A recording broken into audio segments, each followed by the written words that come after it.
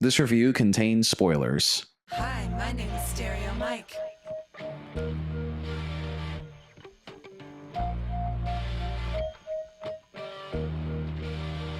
Yeah, we got 3 tickets to the Brand Van concert. So I was sitting around at home, minding my own business. And then this kid decided to walk inside my house and say, "Hey, I see dead people." I said, "What the fuck? I don't even know you. How'd you get in my house?" Oh! I don't know. That's the best I got. All I let in the I let- fucking who was oh So many fucking Andrew hoes. Dice Clay. Clay. The Dice Man. The Dice Man. Wow, what a start. What a Yeah, great. what a... I That was tight. top 5 worst Top five. openings. Top 5 worst openings. That was for probably this top show. 2. Yeah, it's not very good. The by the way, that was take 4. Yeah, it was like, We've been having audio issues. our That was the fourth fourth take. one. Jeez. Oh man, you know what it? I know why, dude. Why? It's because we just left a birthday party where we Yeah, we sucked at Mad Libs, dude. Man, Yeah, man. Quiplash. Nobody I thought I liked- would do so much better. Nobody liked what I said. Well, Nobody did. I mean, yeah, I think it's just like it's so funny when I'm like, oh, dude, I think I'm good at ad libbing. I'm good at improv, and then I put Yeah. put mine on the spot. And I'm like, The one I thought that I would get was when the sports reporter was like, "What were you thinking when you made that basket?" And I put down, "They'll kill my family if I miss." that's pretty funny. Yeah, and then like 1 vote. It's like, fuck. It wasn't me that voted. I'm sorry. Yeah, I know. Sorry. You should have been there for me. I should have been there if I Should have known. fucking been there for me. Oh man, yeah. I feel the same way about like Family Feud. You know, like Yeah. you're watching, you're like, oh, Yeah. I could get that easy. I got that. Like when they do like the speed run, and then it turns out, I feel if I was actually up there, I would choke so hard. You remember? You remember the episode of Sunny where they did the Family Feud, like sort of episode? No, you don't know. Okay, cool. All right. Anyways, the movie we're going to be talking about today is. You been okay? Yeah, I'm good. How about you? Yeah, I'm good, man. I have to be off book by Monday. I think I told you that. Godspeed. Godspeed, indeed, dude. Godspeed. I'm already off book. Well, Oh, you know, for what it's worth. look at that. Look at that boy. He's already. He's already off book. Oh. All right. Yeah. You better be, dude. You better be. Yeah, man. Yeah. I I mean, you have more lines than I do. I feel in a straight play. Yeah, and yours is a musical, so Right. So I have to learn the dance and the singing. yeah. I feel like you got more on your plate. I mean, the worst you, I have to do. I appreciate look, it. listen. I have a little bit of dancing in the show. You know, just like 1 or 2 dances. Little rocking. Yeah, little. Essential. No, I wouldn't go that far. Okay, No. alright. No. There's nothing sexy about No. this. It's, My it's more like sex appeal. for the old ladies in the crowd to go, "Ooh, Aw. what's going on there?" I mean, I would do that. You would. I would. I'd be like, what's going on here? You can sit with the old ladies. You should invite our friend Jan, and then you know Yes. she'll enjoy Our it. good friend Jan. I love that. Yeah. But No, that's awesome. yeah, it'll be fine. That'd be good. It'll be good. You'll be all It'll be fine. It'll be I can't wait. It's in how 2 weeks? fine. 2 weeks. Yeah. Wow. And Evil Dead's in 3 weeks. Yeah, man. You might be able to make that that Sunday. That's Maybe, what I'm but we'll hoping, see. dude. We'll see. No pressure. I really don't want to miss it. No pressure I if really you can't. don't. Yeah, but I'm gonna try. Yeah. Now, Yeah. what movie are we doing? What are we doing? We're doing. No, I'm gonna cut that. I see dead people. I see dead people. Bow, bow, bow, bow, bow, bow, bow. Bow, bow, bow, bow. We can cut that out. Okay. Today, we're going to be discussing, as I spit all over my laptop, The Sixth Sense.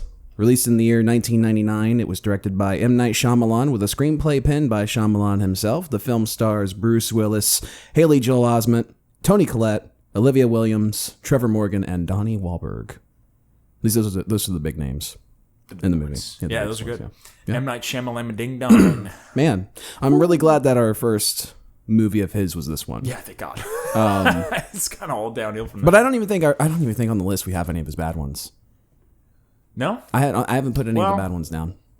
You put in The Village. I don't think The Village is bad. But I don't it's think not. The Village is bad either. I actually, Did you put in The Happening with Mark Wahlberg? I might have. I don't remember. Okay.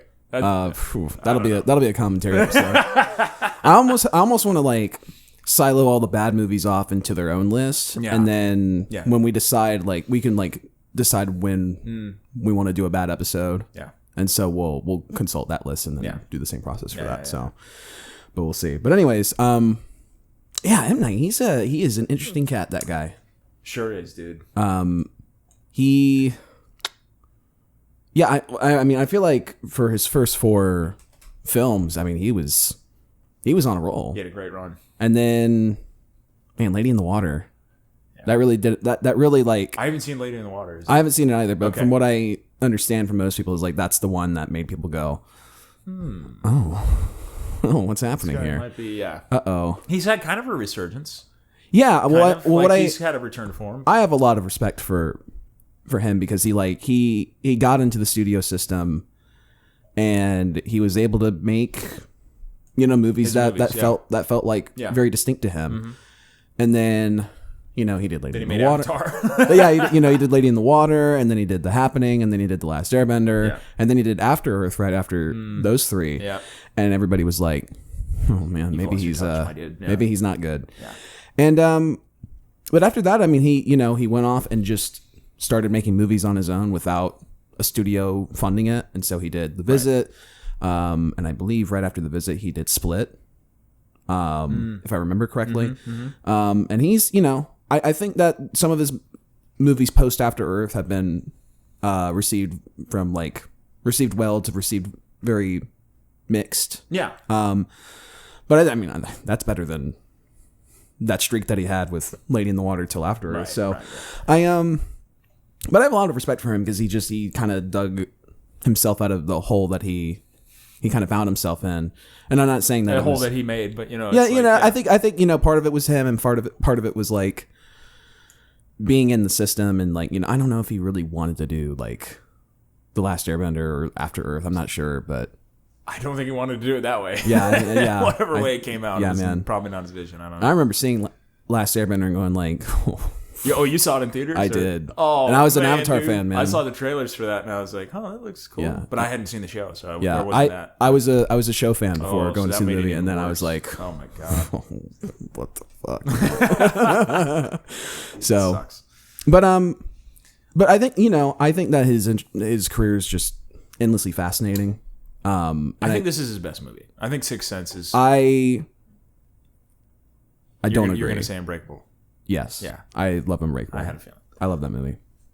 Yeah, I mean, I can see it. Unbreakable is pretty good, but I think it's I think when you peak with your first movie, it's hard to like. Well, this There's isn't only his, one way to this go. isn't his first one. He did Which one before? he did a movie called Praying with Anger. That was his very first like Interesting. it was one that he did like on his own. It's like indie stuff, though. Yeah. But it was his first feature, technically. Okay. And then he did a movie called Wide Awake, which is his second one. I think that one was, it was more of a, like, I'm doing this to get my foot in the door sort of movie. Okay. But this one is like his first, it's the one that put him on the map. It was his big studio. It was a Yeah. big studio movie. Yeah. That kind of put him on the map. And so, yeah. So, doing the movie that puts you on the map kind of being your peak, it's hard to, like, go anywhere from there. Right. Yeah. I mean, Spielberg did it with Jaws, and he just kept Yeah. Oh, yeah. rolling. I think that's people- an exception to the rule. And though. people were like touting him as like, this guy's the next Spielberg. And, Shyamalan. and, Shyamalan. I think I don't think that's a necessarily incorrect read, but I don't think the movies he made helped at all. So No, he didn't have a good. Yeah. Anyway, but I think we've dug enough into the poor guy. Yeah. But there's more coming. yeah, But I really respect him as a filmmaker. I think that the trajectory he's gone on has been for better. I think yeah, I'm sure peaks and valleys for sure, but I think he's had his moments. He's for evened either way. out, I feel like. for either way. Yeah. Do you have a summary? I do, and it's a very nice one. Oh, okay. I don't know why I said that. It's so nice. It's a very nice. It's a very nice summary. It's just a good, cute little summary. Yeah, it's a cute little summary. Go ahead. Malcolm Crowe is a children's psychologist who takes in a new patient, a little boy by the name of Cole Sears. But he is no ordinary boy. He has the ability to see the dead. Malcolm must learn how to try and help him with this ability whilst going through his own trials and tribulations. Good. Nice. Have you? When was the first time you saw this movie? Were you young? No, well, I was probably in my late teens, like Okay. 16 or 17. I think was the first same time I for saw me, it. Yeah, same. It wasn't the first Shyamalan movie I saw, but it was, it was the first time I was like, oh, a good one. Because I think for the most part, I had seen The Happening and The Last Airbender before I saw this, which is like, oh boy. You didn't have a good start. I didn't It have a was a good good start. I think I did see Signs before that, so I was like, you know what? There's potential. There's potential here. Yeah. But yeah. Why do you ask? I think the first time I saw this was actually in high school, in a high school class. Yeah, shown. this is a good movie for that demographic, I think. Yeah, because it's like it's scary, but it's not scary enough Yeah. to be like. And Wow. it's mature too. It's got mature themes. That's Yeah. true. Yeah, dude. Like because like even now, like we had to watch it, and I watched it, and there's some moments that still. Kind oh of, yeah, dude. Oh, Give me the- give we'll me the- we'll get give me the into willies, yeah. one moment that I was like, because I was watching and I was like, oh fuck, I remember this part. Yeah. and it Yeah. I was like, oh my god, Yeah. this is It's a little tragic, spooky, man. Yeah, It's spooky. Do we have a theme? I do. I have two big themes. I wrote down the main themes I get from this movie are acceptance and tackling your fears head on. Okay. I Yeah. feel like it's, I think acceptance. I think it's good. I think it's, For everyone. I think acceptance is like that's the big one for everyone That's involved. very good, dude. Yeah. Because I mean, Because there's kind of three stories, right? Yeah. There's the mom, Collette, kid, Cole and and Bruce Willis. Malcolm. Yeah. Yeah. And I guess we probably should go over the cast. Yeah. I would even say his wife. Yes. Yeah, agreed. it's in the background It's a little bit more, subplot. but yeah. yeah, for sure. Yeah, I think you're right. So, Yeah. and all of those characters have to come to accept. So, wow, that was really good. Yeah. But You wanted we to should- go over the cast? why not? Let's Yeah. do it. Yeah, Bruce Willis. Old I mean, Brucey. what is there to say? Yeah, I mean, I think this is one of those roles where like I watch him play it and I'm like, man, this is like so different from everything. it's he's such done. an un-Bruce Willis movie. Yeah. And I think this is one of the first ones But to he does to it do so that. well. He does. Yeah, I thought he did it really well. Yeah. Well, and he had to make this movie because he was making another movie for Disney called The Broadway Brawler, I think, or something like weird. that. Never heard of it. Big time. Well, you know why? Why? It never got released. Oh, okay, that makes Because sense. production. This is a big time, big budget movie. It Yeah. had already been cast. They were in mid production, and Bruce Willis just started firing people, left and right. shit. He was like, "I don't like the way this is being done. People are getting fired." Wow. And production had to shut down, and the Yeah. movie never got made. And this was Touchstone, right? Which was an arm Which is of a Disney. arm of Disney, exactly. Yeah. So Disney was like, "Okay, either we're going to sue you, Yeah. for the money, or we can we can do a deal where you do these three movies, Yeah. for less money, Right. for a smaller salary." And those were Armageddon, The Sixth Sense, Yeah. and The Kid, I think. And he did all three of them. Yeah. And he did all three. Those movies made like over $1 billion at the box office, all three put together. Adjusted for inflation? No, I think even without. No way. Because like Sixth Sense, Armageddon was the highest grossing movie of '98. $1 billion? I'm pretty sure. I feel like movies back then never made $1 billion. I feel like Titanic was the first, but I'm Yeah. saying all together. Oh, altogether. Like, Oh, between the like- three of them, they all made $1 Oh, billion. okay. You see what I'm saying? Yeah, So- that makes sense now. I was like, every single one of those no, made $1 billion. no, That's- that would no, be incredible. But no, so Armageddon was like huge, like in top three in '98. Yeah. Sixth Sense was top three in '99. I think it finished second in either domestic or worldwide. And then The Kid was a big hit. So Yeah, never seen The Kid. It's the only one I haven't I seen. haven't seen it. But and what's cool, we might as well go on this tangent now. What's cool about this movie is that I think it was a summer movie. I don't know if you have the exact month that it was released. No, It's just fine. year. I usually just go by year. Yeah, that's fine. Yeah. But when they were like, Entertainment Weekly or one of those entertainment magazines was giving like a top 50 most highly anticipated movies of the this summer, was on it. Sixth Sense was not on it. Oh, it wasn't? It got left off. It was a total interesting. sleeper hit. Like Okay. people did not see it becoming what it was. That's so funny. So Because you think about the conversation about it now, and it, yeah. It's yeah, you'd night be and like, day. wow, Yeah. everybody should know this movie. Because Yeah. and it was the first movie after Titanic to make $20 million for like 6 consecutive weeks Wow. at the U.S. box office. Yeah. Like it was a big moneymaker. Yeah. And I guess we'll get to why later, but yeah, Bruce Willis, for me, it's definitely his role. I feel it's his role that kind of made him, like, got him into that drama range. Yeah. It's his first un-Bruce Willis. You know, before that, he played that smarmy little smart ass, wise ass in pretty much every movie. It was like Fifth Element. Die Hard, The Fifth Element. Die Hard, all that. Like, so, yeah, I wouldn't say this was his comeback, though, because, like, Pulp Fiction, he had a resurgence there. And I get he had Die Hard with a Vengeance after that. But and I guess Fifth Element too. So he was still a pretty big star, but you know, after that, the whole debacle with shutting out of production, like he could have easily could have become box office poison. But I think with this kind of reshaping his image in a way, I think helped him get more roles. Yeah, I think he does a great job with all the very intimate moments between him and Cole. Yeah, because it's a very like I don't want to. Yeah, that might be the best way to put it. It's a very like fatherly sort of role. Yeah.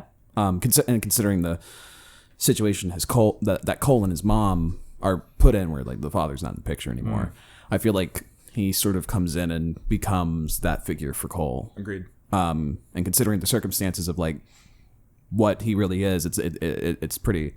It's a really emotional movie. It is. Like it's a drama. I feel it's more of a drama than horror. Yeah, rewatching it again, I was like, man, like when everything lines up at the end, you're just like, fuck, man.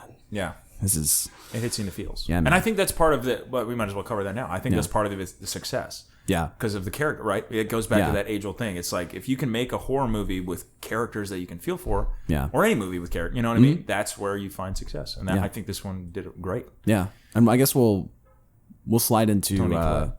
No, I was going to do Haley Joel Osment. Oh, yes. Okay. He's second build, I guess. And he's... For my money, he's for my excellent. money, it's the greatest child performance by a child actor. Yeah. In a movie, maybe ever. Yeah. Like it's unreal how good he was. And it's crazy, like Oscar nominated. Yeah, and it's kind of crazy, like where like the trajectory of his career after this. It's a shame. I wish he had been able to do more. But and not that he hasn't been in it. Like I think he was the last thing I saw him in was The Boys season 3 or something like that. Really? Yeah. Mm-hmm. And but his role in it was like it was very short. But he was Sora in Kingdom Hearts. Yeah, I would know. I feel he didn't really follow the trajectory of most child. I mean, I don't think he struggled with like drug. You know, he didn't go the Macaulay. No, he seemed okay. He seemed I think like he left it, and that's kind of why it kind of just petered out. You know what? It might be for the best. Yeah, probably. Honestly. Probably. So. And he left us with this gem of a movie. And he's so good.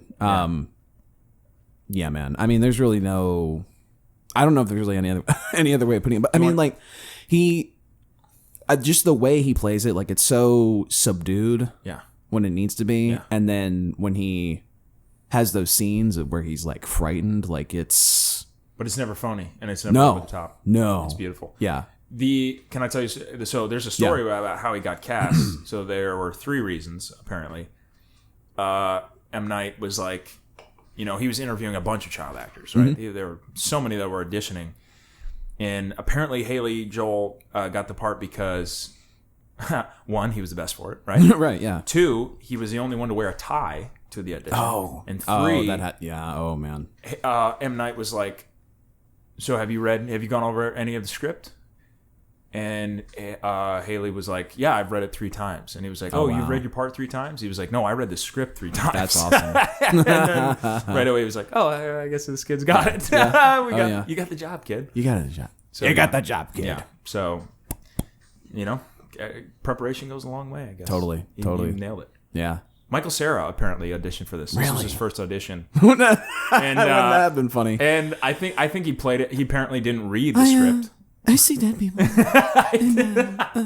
I don't think he like prepared enough. He didn't know that there was supposed to be like Cole was supposed to be with like a withdrawn character, and so he like played it happy. And that's so funny. He goes, this is why you should prepare, you know. Right, so, totally. Yeah, Haley killed it. Mm-hmm. Haley was great. Yeah, he's awesome. He's so good. Yeah, and Toni Collette. Toni Collette. I know her better for the stuff Hereditary and Knives Out. And the stuff that she's done, like post Sixth Sense, and going back and rewatching it, and I was like, "Oh, that's right, yeah, Toni Collette is in this movie." And then, but her, like, she's another one of those, another one of those performances where I'm just like, what the fuck was everybody on in this movie? Like, they were so good. Yeah, she's Australian. Did you know that? No. She's Australian. I didn't know that. She had made it big in Australia. I actually watched one of her movies when she was like younger, even younger than this, like in '94. I almost didn't recognize her. Yeah. Because I was like, oh, Yeah. that is her. Oh, Yeah, interesting. And like the way she pulls up an accent with the emotion behind it, it's really good. Is it set in New York or Chicago? Or I think it's Chicago. Chicago. I think so. Yeah, but she like pulls off the accent great. And We start with her. We start in a very like vulnerable position because she's like doing laundry and she's like swapping shirts and stuff like that. So I think, and according to her, she never looked at she didn't think it was a horror movie until she watched it. She thought it was like a family drama. Oh, man. And she plays it like that too. Yeah, I think, and that's why it works so well. Because she doesn't understand what's happening. Exactly. Yeah. Exactly. And like To her, it's like my kid's just going crazy. it's really not until The end. closer to the end when she's it's a revelation, but that doesn't really play into Right. a whole lot. It's And I like that like there's a point where it goes from being like a mystery sort of thriller-ish sort of movie and then it turns into a horror movie but then it turns back into like the family drama where like it's kind of three sides. It's yeah true. It's a good it's like point. I feel like act 1 is the mystery half or the mystery third of the movie. Act 2 is where the horror begins and then act 3 is where the horror stops and it becomes more about like everybody tying up their loose ends. yeah, it's good. Yeah. Who's next? We have Olivia Williams. So she plays Played the wife. Yeah, yeah, she's not British. this way. So there we go. Everybody's not who they seem to be. She was in I kind of looked at her and I was like, you look familiar, and I didn't look up her. She was in filmography. Rushmore. Wes Anderson. Okay, I've not seen Rushmore. That's the only other thing I think I would know her from. But yeah, she was good. She She's played good. Well. Yeah. The because For the little bit of time it, she's in the movie, she's good. yeah. When the first time you see it and you don't know the twist, you're like, man, this is rough, dude. Yeah. She's really going through it. Yeah. And upon the second viewing, you're like, Yeah. wow, this is rough. She's really Yeah. going through it, but Yeah, for a different reason. Yeah. which is kind of beautiful. Yeah, Definitely. I like that. Watching it, because I think this was my second time watching it. Watching it a second time, I was looking for like what could possibly be like the thing that breaks the illusion. For the quiz or the twist, but we won't go into it just yet. But but it did make me go like, oh, like is there something that I can see where I'm like, oh, that breaks it? But no, I didn't really notice anything. Really? Yeah, and even with like because the interactions between Malcolm and his wife are like the things that are supposed to like tee off the audience. And watching it the second time, it does like This is a great movie to see twice. Yeah, it is. Like once you know it. Yeah. And I think like this movie was also the top selling rental of 2000. yeah. Oh yeah. I think like it's still in the top 3 most rented movies of all time. Yeah. Probably because of that. Because either people were like, wow, this is really good, or they wanted to see it again after the fact. Right. Because the twist was so good. So yeah. Yeah. Good on Olivia. And then Trevor Morgan, who played the bitch ass little kid. Yeah. Was it Tommy? Tommy Tassalamino. He or played whatever. It's me, Tommy Tassalamino. I had recognized the kid, and I realized he was in Jurassic Park 3. That's the only That's thing I've seen. Riley. Yeah, my brother told me about that too. Yeah, yeah. While we were watching it, he was like, "Oh, it's the kid from Jurassic Park 3." I was like, "I don't care." Okay.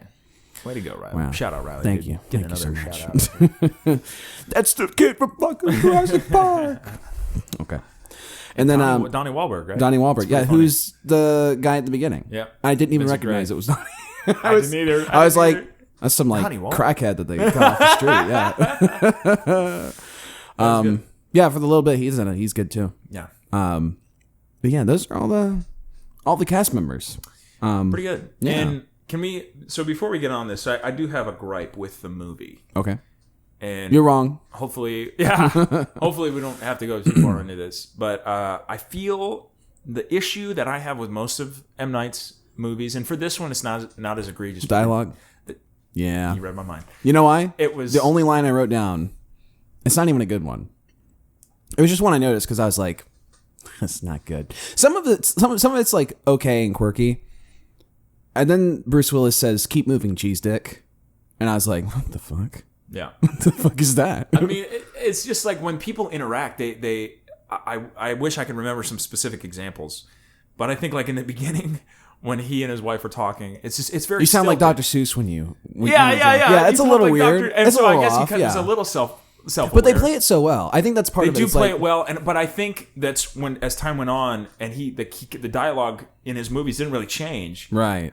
And when the movies got worse, Yeah. like the whole movie itself when you got give worse. Mark Then the Wahlberg- dialogue got even worse. Like Yeah, it when felt you worse. when you give Mark Wahlberg M. Night Shyamalan trying to kill dialogue. me? What? What? No. No, I would never. Like what's gonna happen? We're just human beings. Yeah, it's just Fall back yeah. water, keep on. Yeah. Jesus. So like and then After Earth, Yeah. and like all it. So like, But when you get that's Bruce been Willis a line from an M. Night movie, it'll work. I mean. Yeah, it's true. I think it worked for this movie. It's Yeah. not a like I Well, said. think It's about, not like- bad enough for me to like. Yeah, and think about like yeah. a movie like The Village, where like that cast is ridiculous, Stacked. and But the dialogue can be. yeah, like, it could be a little stilted. I feel like I don't know. I feel like for some people it'll be like you'll either love it or you hate it. Yeah. For me, it's like Or like signs like swing away. yeah, yeah. You know what I mean? But then you have like a scene like of them at the dinner table in Signs, and that scene's incredible. Like it's so good. Yeah. So there's definitely a way that M. Night writes that can be a little bit aggravating for me. And Yeah. But when the movie is good, when the story behind, like the overall premise Yeah. is good, and the acting is good enough to like elevate it a little more, then it's good. It's Yeah. a good movie. But when it doesn't Yeah. have that, oh man, it really Yeah, man. you really see the dialogue is not as good as it could be. Right. Yeah. So anyway, that was my only gripe. I everything else is Yeah. It's everything great. else is great. Everything else is so good. Yeah, just It's the best. just peachy. Yeah. So what do the notes say? Yeah, let's start off with. I forgot that Kathleen Kennedy and Frank Marshall produced this movie. As if you're a film buff out there, you know that Kathleen Kennedy and Frank Marshall, they were longtime producers of Spielberg's films. They were also married at one point, not anymore. Oof. Rest in peace to that marriage. I think Frank dodged a bullet.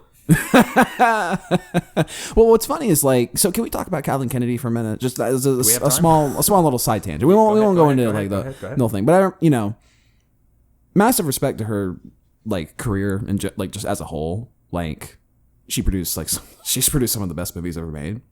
And then like she took over Lucasfilm, and it's like, what are we doing here? Like, what's going And then on? you wonder how much of that was Frank. Right? Yeah. Was it good old Frank? It was a good old Frankie. Yeah. Anyway. But no, I remember I just watched the intro and I was like, oh, that's right. Huh. Yeah. Interesting. Yeah.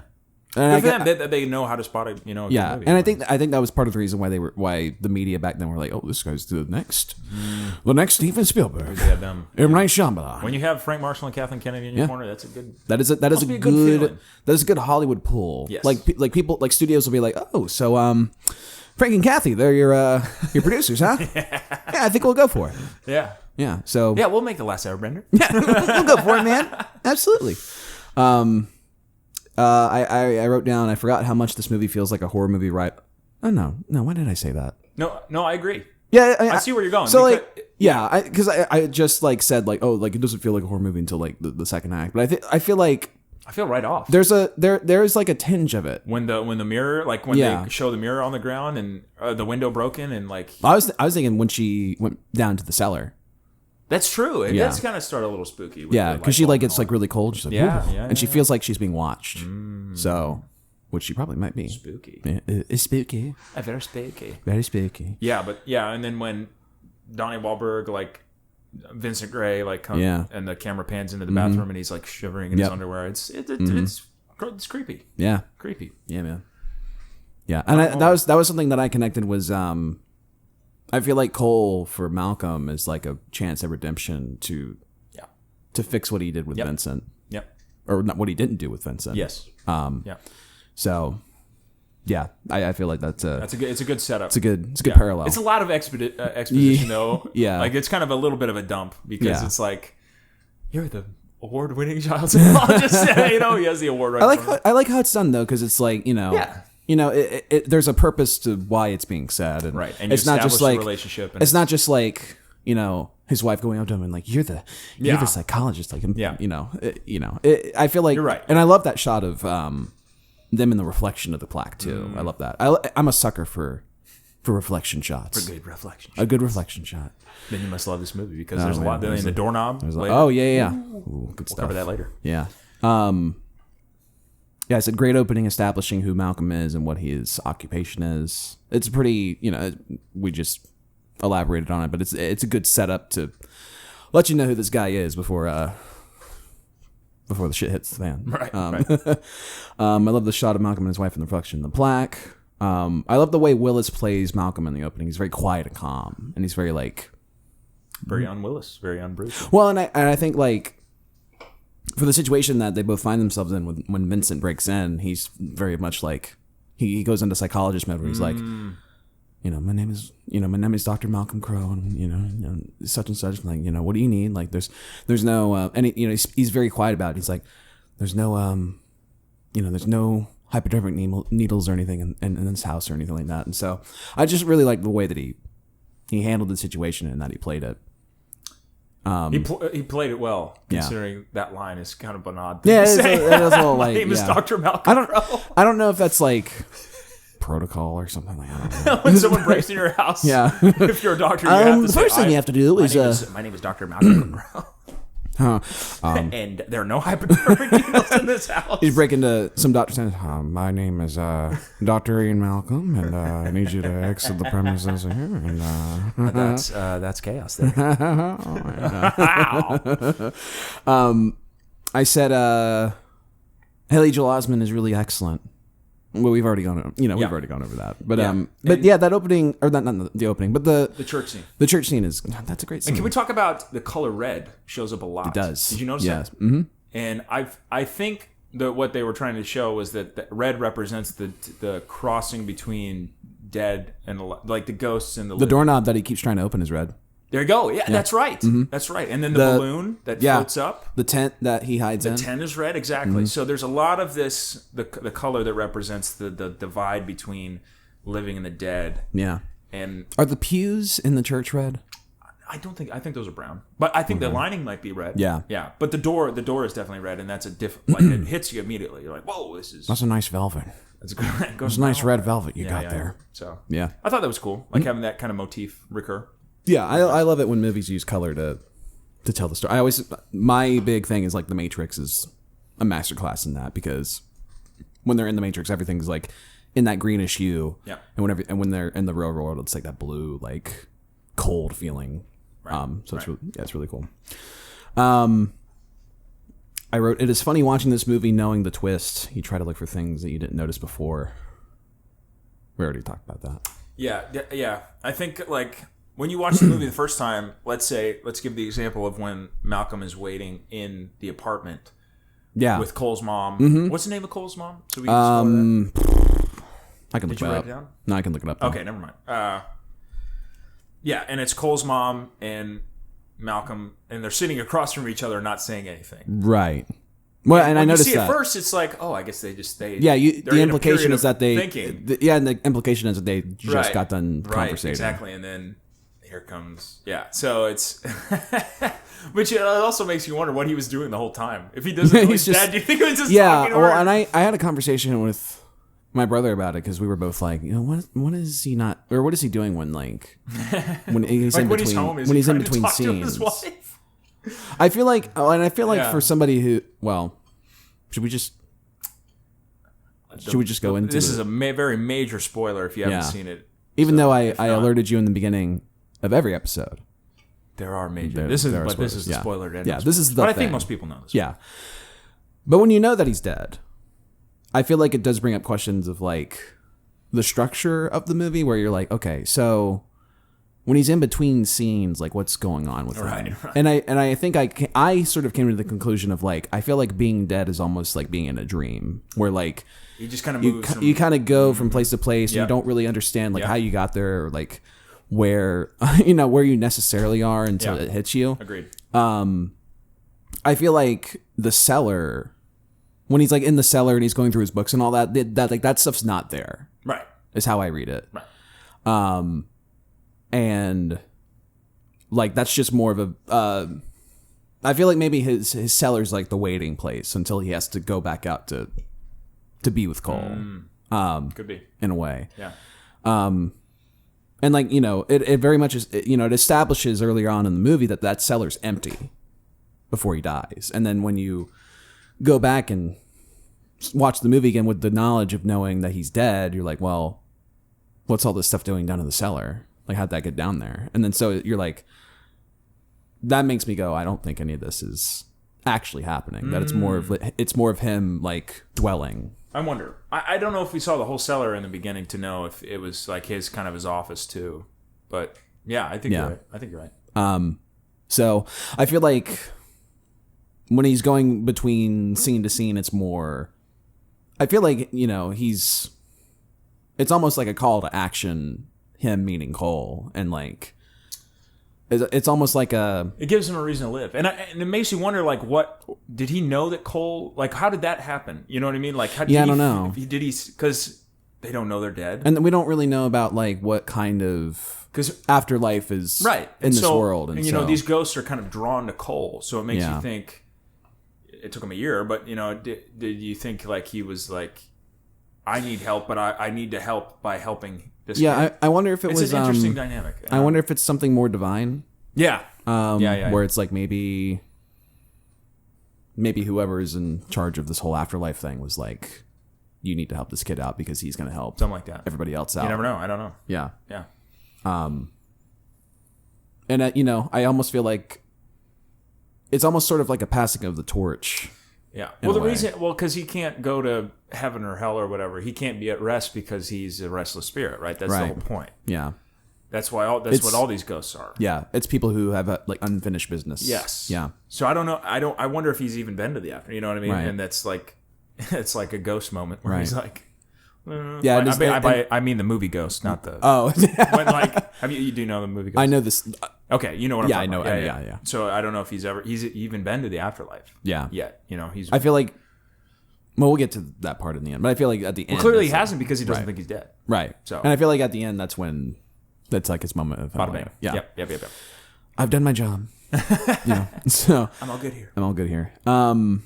By the way, Toni Collette's character's name is Lynn, which I don't know if they ever like established. Lynn. Lynn. Yeah. Okay. But yeah, and then I said it's clear that there's something supernatural happening, but the movie does a good job of not revealing its hand too soon. That's a good point. You realize that something's off, but you can't put your finger I mean, from the very first moment Right. in the movie, you're like, right. No one gets that cold very quickly. Right. Like, And people people going into it probably knew it was a horror movie, but they didn't know how. Yeah, I don't know. I never looked up the marketing. I don't know how it was marketed. Yeah. Well, I think I See Dead People was a pretty big part of it. So I think this was that in the trailers. I'm pretty sure. Oh man, that sucks. Which is kind of yeah, that kind of sucks. It's like knowing that Arnold's the good guy in T2. Exactly. Yeah. Yeah. So yeah, but I mean, it's a good little swerve when it's like, so something's wrong. We can tell that something's wrong with this kid. Yeah. Something's going on, but we don't know exactly what it is. Yeah. Until that great, scene between them. Yeah. Yeah. Agreed. Yeah, because they show the ghosts, but they don't explain that they're ghosts. I don't know. They don't show the ghosts. Not until he says he sees dead people do they show that. Okay. Ghosts. Okay. Remember, because like you can hear him. Mm-hmm. Like when he goes up to the flight of stairs, he hears that's guy, right. Yeah. But we don't know. We're like, what's going on? There's that scene in the classroom where he's like, Stuttering Stanley. Mm-hmm. Yeah. So. Yeah, that's interesting. Shut up, you freak. That guy did a good job. The guy playing teacher. Good old Stuttering Stanley. Yeah, Stuttering Stanley. It done good, Stuttering Stanley. I said the scene of Malcolm and Cole playing the game where he steps forward and backward is really great. You get to learn a lot about Cole's character in that scene. Yeah. So it's a nice little moment between the two of them to build their relationship, but it also that's true. It's a good way of building, and it's also a good little exposition without really being egregious. Yeah, that's a good point. He uses his skill as being a psychologist to be like, "Oh, I know who you are," but he doesn't really know who he is. Yeah. So it's interesting, and it's almost like there's a humbling moment for Malcolm, I think. Right. Of sort of being like, oh, maybe I'm not all I'm cracked up to be, and because he's already had his doubts with the whole Vincent Gray thing. Yeah. So, and he's trying to build back his confidence in a way, and it kind of breaks him a little bit. Yeah. This is definitely his like it's his like moment of redemption for sure. This kid. Yes, that whole arc is him needing a shot of redemption. But there's also it's a double. It has a double meaning to it because it's a shot of redemption, but it's also like this kind of has to happen. Yeah. For the souls of those who are still lingering. Right. Because if he doesn't help this kid out, then these ghosts are just going to be roaming around, just not knowing what to do. Right. So, what's next? I love the little breadcrumbs they plant throughout the movie to let you in on what is like really going. So like, I guess it kind of loops back around to them not showing their hand completely, but it's like they're just kind of giving you like just a little bit to sort of make you think what's happening before the big like I see dead people scene, because you're wondering like what's going on with this kid, like what's happening. Why are the cupboards all open? Yeah. Yeah. Oh, that's a big thing too. Like it's like, and I love that like Toni Collette's character keeps thinking that like her kid's just fucking with him. You kind of feel in that moment the audience kind of is the mom. Yeah. Like the mom is questioning why, and then you're questioning. You're like, what is going on with Right. And Yeah. Toni the whole Collette. thing with the pendant. Right. The bumblebee The pendant. bumblebee. Yeah. Exactly. Yeah. But yeah, I said around 40 minutes in is when the movie gets real. Yeah. And that's when it's the scene of him going to the bathroom, and then like the thermostat goes all the way down. That's when the movie really. Yeah. That's when it really gets becomes intense. a movie. That's Yeah. when the movie kind of actually gets into its groove. I think. Yeah. Because everything else is kind of just It's all exposition set and up, build up. yeah. It's all this rising action, and that's when it really like is like, oh man, we're here. Yeah. Yeah. Yeah, but that scene's terrifying. Very scary. Yeah. Very scary. And nothing like explicit. It's not like. It's not in your face. It's not. It's not. And I think when I was rewatching it, I was expecting. I remembered that the woman had like having most like more gory face, but it's just a bruise. Like it's her abusive husband. Right. But it's just like the things on her arms, and it's just the way that she's. I forgot about the kid who got his dad's gun. Oh yeah. That freaked me out. I was like, was a little freaky. This is PG-13. Yes, What it the is. fuck? Isn't that crazy? Yeah, and then I guess we'll skip a little bit further, but I like the scene at the very end where he's talking with the one ghost at the production of the school play, and you think he's talking to like one of the like teachers or something, and she gets up and she walks away and she's Half got her that half face her is face is burnt, burnt. yeah. I really loved that. Yeah. The teacher that comes in is like, who are you talking to? Just run my lines. I'm just running my lines. Yeah. So I like that moment. The next note I have is M. Night Shyamalan jump scare, because he shows up and he has his little cameo. I think he just he likes. Well, being he in comes his from a room. family of doctors, so I think that was a little okay. homage to them. okay. Yeah. Very cool. Apparently, he was in more of the movie, but he hated it. So he was like, I'm kind of. I think he's actually pretty good. He's good for what it is. Yeah, and I think like when he pops up in like his later stuff, like there's that one scene in Signs. I don't know why you cast yourself as the guy who kills your main protagonist's wife, but maybe it's a little meta thing of like, oh, I'm the writer. Little cameo stuff. Yeah. Yeah, but I enjoy seeing him. I think it shows his passion for the stuff that he makes. I did note that the movie, when it becomes like a real horror movie, it's horror from the perspective of a little kid, which is not all that common. It's most of the time horror is done from this perspective of like adults. But kids are featured a lot in horror movies, but it's usually Right, but it's not the from parents. They're not the focus usually. Exactly. It's Yeah. the parents and they're like, oh my god, my kids. Right. But you're right. Yeah. In this case, there is some of that, like the mom, the mom, but also it's mostly through the eyes of Cole that we see all Right. the horror stuff, which I Right. think is good. Yeah. And like a lot of slashers, it's like older teenagers and like grizzled cops and Yeah. psychiatrists and stuff like that. And then but you don't ever see like what does a little kid think of like Michael Myers running around killing everybody. So I appreciate that because I think it makes it scarier knowing like seeing it from his point of view. Yeah. But yeah. I think Hereditary is like that but for like a little bit. And then, but we'll get we'll get to that movie eventually. But I said this movie has so many great like little performances from like all the ensemble. Like everybody does a great job. And I think the one I think about the most is the dad who finds out that his wife was poisoning his daughter. Yeah. And I was like, that was the moment where I was like, oh, I remember this. And I was like dreading that's another thing. So my brother pointed out that the wife was the only one at the funeral that was not wearing black. And what was she wearing? Red. Yeah. Isn't that interesting? That's so interesting. The way that actress played it too, she doesn't have any lines, but like when she gets found out, she has that like that dead flat expression that's like total psycho. Yeah. Which I thought was really good. Yeah. Very it's well crazy. Done. Yeah. I was like so shocked again, like when I watched it, and I was like, oh man, that is the most fucked up thing you could put in this movie. Isn't that? It's funny that the scariest thing in the movie is like a human. Yeah, it's like it's not a ghost. Not a ghost. It's another human. That scene of him watching the tape is the most like horrifying. Like your stomach just sinks. And you're just like, oh my god, like. And they have I think they have dialogue in the funeral in the little reception before that where it's like, I've heard the younger daughter's getting sick too now. Which means like the cycle is repeating, but now like.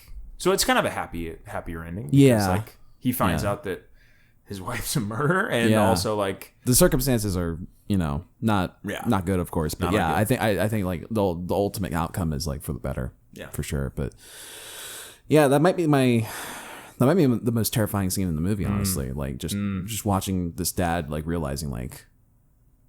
It was you because it's real. It's that's happened. Like that, I think there's a name for that. Like keeping your kid sick there's definitely like a mental thing or there's something. I don't know, but a disorder or something. I don't know. Mm-hmm. It's crazy, man. Yeah, man. But incredibly well executed. Yes, I should say, just like all around. Yeah, and then right after that, I wrote the reveal of the mom poison. Oh no, we just talked about that. Sorry. Repeating myself. I love the metaphor of King Arthur in relation to Cole's arc. I think that's a great visual like representation of like what he went through. Yep. And like what he's gained. Yep, exactly. He's this outcast, the social outcast, and then he realizes his gifts and what he's capable of doing, and that he can help. People. Well, people who have passed on, but people who. These restless spirits, he has a gift for that, and once he embraces that, he's, he becomes more popular at school, and then like he gets with the lead, I guess. M. Night's he's a big comic book guy, which is makes a lot of sense when you watch like Unbreakable, which is the next movie he did after this, but it almost feels like a superhero origin story in a way. A little bit. I did think about that. That'd be fun. Yeah, to have a sequel where he like. Just goes around helping ghosts. I think maybe don't do that, but it's an interesting thought. Maybe you could write it as a TV show or a comic book. Yeah, there you go. Yeah, M. Night, make it happen. Yeah, make it, man. But I really do like that visual metaphor of because and I like that the Talamasino, that kid, the kid in the commercial. Yeah, the kid in the commercial. What is he like? And then he like. He doesn't do the acting well. Like he kind of flats it because he's like, oh man, this kid got to be King Arthur. And he gets the peasant role. Yeah. But wait, he does that. It was cool. I like that whole little bit at the end. Did you notice that Bruce Willis, Malcolm Crowe, is standing in the audience during that? Yeah, he's standing in the aisle instead of sitting, and he's and throughout the movie he sits down. I'm wondering if that's got to be an intentional thing. Maybe because he's realizing he doesn't need me anymore. Maybe it's like because right after that scene is when he's like, I can't see you. I think I've done it. Yeah, and that got me. That for surprising, that's kind of an emotional moment. Yeah, I loved watching knowing what I know. Yeah, and I loved watching him be out there in the audience for him. Yes, I thought that was such a nice little and the conversation that they have after that of like. I forget what they say exactly. I can't see you anymore. Right. But I'll see you. Let's pretend I'll see you tomorrow. Yeah. It's like, I'll see you tomorrow. It gets me. And he was, I think, doesn't he say like, you did really great in the show or something like that? Yeah. Yeah. It's a very sweet relationship that the two of them have. And then the last note I have is the entire last bit of the movie where where the big reveal happens. Well, can we talk about what I think is the best scene in the movie? Yeah. Is between the mom and in the car. Oh, dude, I think that's a the great scene that makes the movie really. Yeah. I think that's the thing that brings everything full circle. It brings it home. Yeah. For sure. Both those arcs, both the mom Yep. and the son, that comes so that kind of wraps that one up. Yeah. And Toni Collette, I think that's the scene that the people scene were that got like, her nominated yeah, right there. Yeah, for is sure. When she's like, "Are you proud of me? Do I make you proud or whatever?" And Yeah. it's like, And I love how You get like welled the scene starts as like you think it's gonna go one way where like where she's like you're fucking full of shit, like don't Yeah. But then like he says like something that like the grandma would know. Yeah. And then she's like, he backs it up. what? Yeah. And so I like that it came around to them like reconciling with each other. Because I think in their last scene, Malcolm is like, I think you need to tell Yeah. Mom. She's kind of the last one that you need to fix this with. Yeah. And sure. Yeah, it is. God, it's so beautiful, man. Yeah, that is a really great scene. I love how the setup of that scene is great too, because there was an auto accident that happened and somebody did die in the accident, and Right. he's like, no, somebody did die. Yeah. And that's the kind of the thing that sends that conversation the way it goes. Yeah. And then the last few minutes of the movie where the movie plays its hand and you realize that Malcolm's been dead the whole time. I love the way it's executed, and I love the thing that I got from it the most was like I loved the sound design of the ring just clattering on the floor and then rolling. Yeah. And then you going, oh, it's his ring. Oh, Yeah. he's dead. One of the best holy shit moments ever. That shot of him like holding up the hand is like an iconic shot. I don't know why, but I think about that. I think about that shot constantly Yeah. when I think of this movie. Yeah. Yeah, maybe a little on the nose in terms of like flashing back and forth, but I don't really care. It's fine. Yeah, because they kind of remind us, right? They're Yeah. like, oh, look at all these moments that happened already. Right. Yeah. Do you get it now? Yeah. Do you understand? Yeah. So I think it's one of the best twists ever in a movie. Yeah, I agree. For sure. I can't imagine if this had been released now, I feel the spoiler would be out, en masse because the internet. But back then, the internet wasn't as big. And Yeah. So it was and like, M. Night hates, he's gone on record of saying like he hates it when people spoil this movie. Yeah, So yeah. that's why, that's why we're doing the disclaimer, Yeah. folks. Well, We've done it twice now. regardless of this movie being 26 years old. Yeah. Oh, the 26 cents. Oh, that's a dumb joke. Make it happen, man. Yeah. But yeah, I mean, if I was in his shoes, I'd be like, bro, what? Don't tell everybody. Yeah. Like, come on, that's part of the magic. Yeah. But just watch the movie, man. Just watch it. Just watch. Just watch it. It's good. It's really good. Yeah. That was a quick. Is that it? Yeah, we're basically done. We're actually running a little longer than I thought we would. It's 53. Nice. Yeah, not too bad. Hell yeah. Not too bad. And we still got time for you to go do your thing. Yeah, I gotta dip, but Yeah. Gonna go watch Vertigo I, and watch that piece of shit. No, that's on the list. It's gonna be great, man. Yeah, man. All right. We ready for our hold on. No, we're not. I gotta sort the list. Oh no. I know. Same. I added some stuff. Akira Kurosawa. Oh, I saw that. Yeah. Mm-hmm. I think I added a couple. And I watched a lot of Kurosawa. I've seen a lot of Akira Kurosawa. Oh, Is that oops. true? Actually, Throne of Blood is the only one I've seen. I haven't seen any. That's the one that's it's basically Macbeth, but in feudal Japan. It's good. It's good. It's good. It's good. It's pretty good. That's pretty good. No, they say right. That's pretty good. Right, God. Pretty good. All right. All right, we got it sorted. All right, time to consult the robot. Siri, pick a number between 2 and 482. The answer is 479. Holy shit. Oh. Yo, Jimbo. What? Yo, Jimbo. Yo, That's Jimbo. That's 479. What is that? That's an Akira Kurosawa movie. Oh, are you serious? Yeah, man. Sick. Well, that was interesting. Okay. I know. All right, well, ask and you shall receive. Ask and you shall receive. Thank you, Lord. Awesome. Thank you, Siri. Yeah, that'll be cool. That'll be Jimbo. Jimbo. Yo. Oh, yo, Jimbo. Hey, yo, Jimbo. That's good. Yo, what's going on, Jimbo? Nice. It's about time we did a. Well, I guess we've already done The Wind Rises, so it's another Japanese one. Yeah. Back to back. Our first fully foreign film movie. Yeah. Yeah. It'll be good. With a Japanese only audio track. Yeah, it's probably gonna be subbed. So. I'm cool. I'm cool cool. You got to do it. Oh, I gotta read. I gotta read while I watch a movie. I don't know how to read. Yeah, that'll be cool. I've been meaning to go into more of Kurosawa stuff. Yeah, this will be good. So this will be a first timer for both of us. yeah, never seen Yojimbo. Is that the first time that's happened in the? Where we both in the show that we both haven't seen a movie. So. I think so. I think so. Yeah, We're both virgins to this movie. both. Yojimbo virgin. It's a Kurosawa.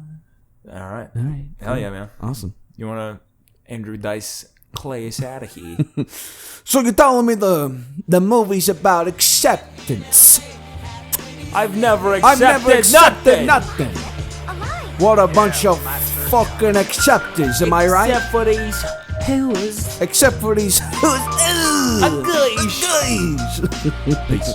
See ya.